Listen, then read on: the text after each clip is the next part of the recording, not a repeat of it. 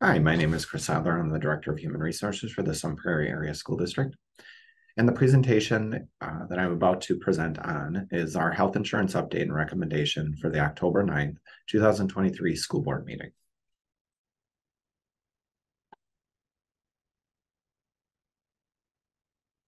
Before I go into the recommendation and the information behind it, I do always want to remind people of the past or the history of health insurance in Sun Prairie in the US and with our USI partnership. So in 2005, the district did transition from a fee-for-service to provider-owned health plan. And since that change, the district has maintained a lower trend than the region, been able to secure multi-year rate caps and in many cases outperform those caps in place. 2018, we received a 5-year rate hold offer from Dean on our HMO plans beginning in 2019. In 2020, the district added an alternate HMO, and on July 1st, 2020, we introduced an employee wellness clinic. 2023, the district added a high deductible health savings account plan as a third option to continue to focus on lowering our medical loss ratio through a plan that encourages more informed health insurance consumerism, and the co-insurance amount was adjusted to 80%.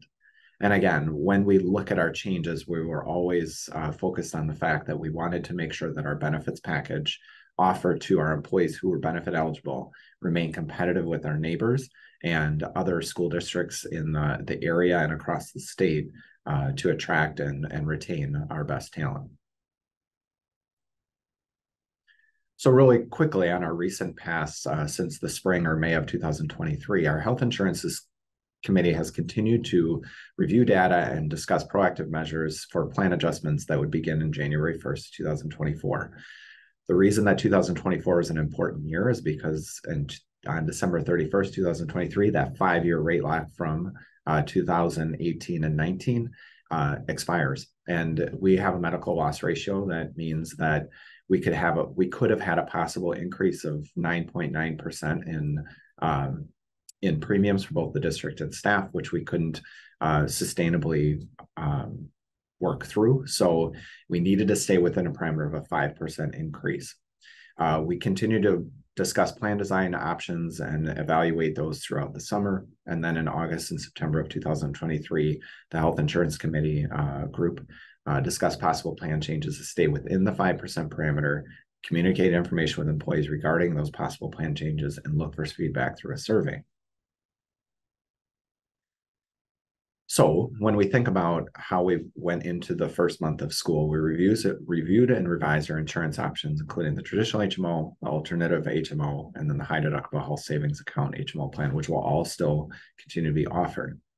We narrowed options down to 2 potential adjustments in our traditional HMO and the other plans, and that's a copay adjustment or a deductible adjustment.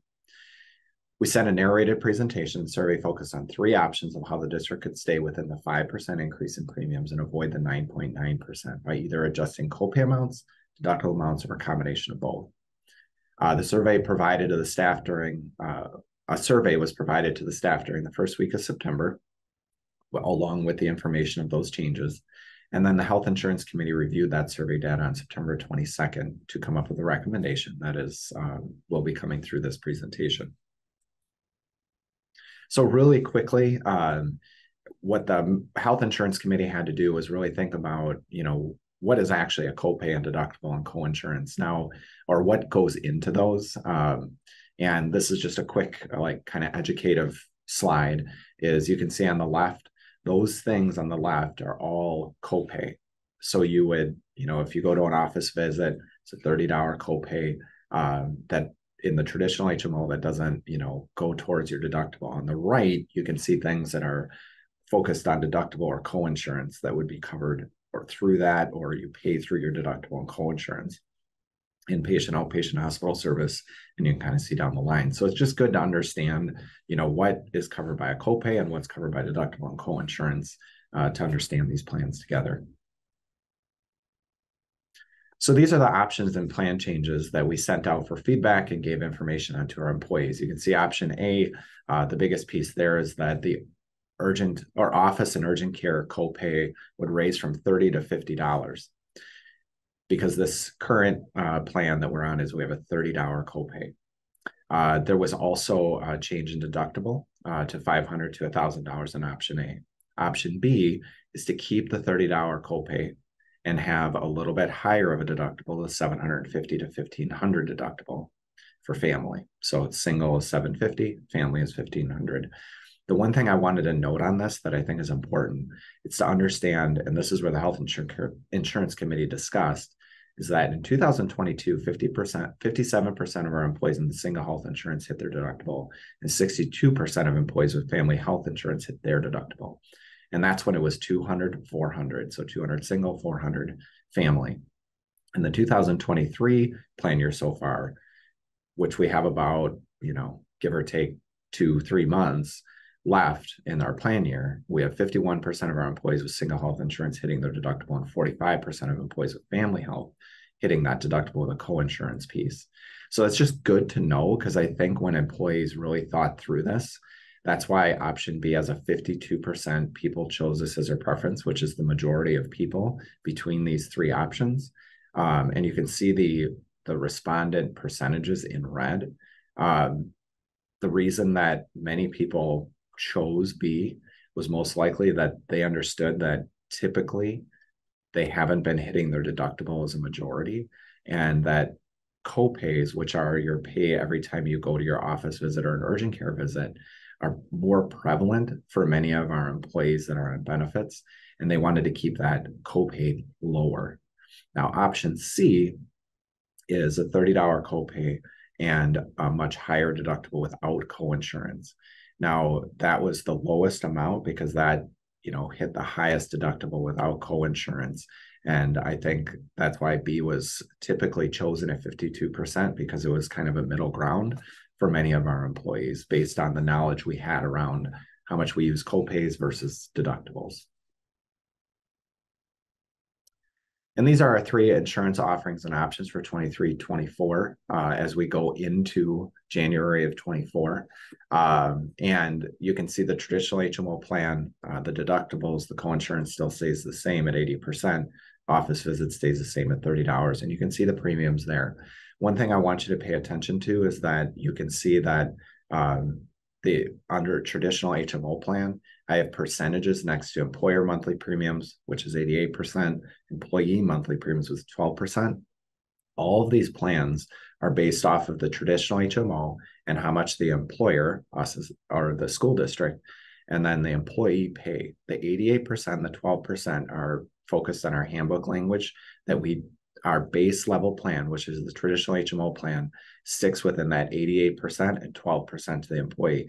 The other plans are based off the traditional HMO plan, but they are not tied to the 88% and 12% as that one would be. So the traditional HMO plan is our base level plan. The other ones are for people if they want to choose those, if they better meet the needs of their family.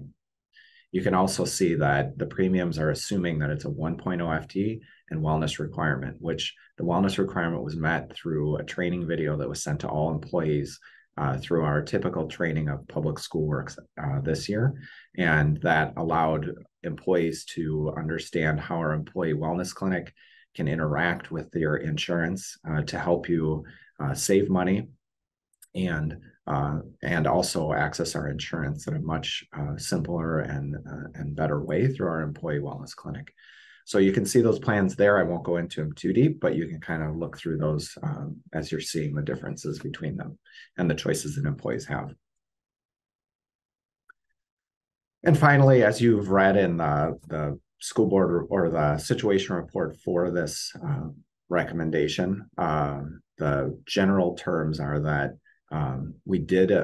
our proposal is to adjust the traditional plan deductible amount to stick within the 5% employee district cost increase. The deductible is increased to $750 single and $1,500 family. We would keep co-pays at $30 and co-insurance at 80%. The offerings for the plan year would still stay the same as 2023, which is traditional HMO plan with the changes listed above, the alternative HMO plan, and the high deductible HMO plan. More specific information regarding the plan options will be shared with employees prior to and during open enrollment if the school board were to approve this proposal. And the open enrollment period is from November 1st to November 15th.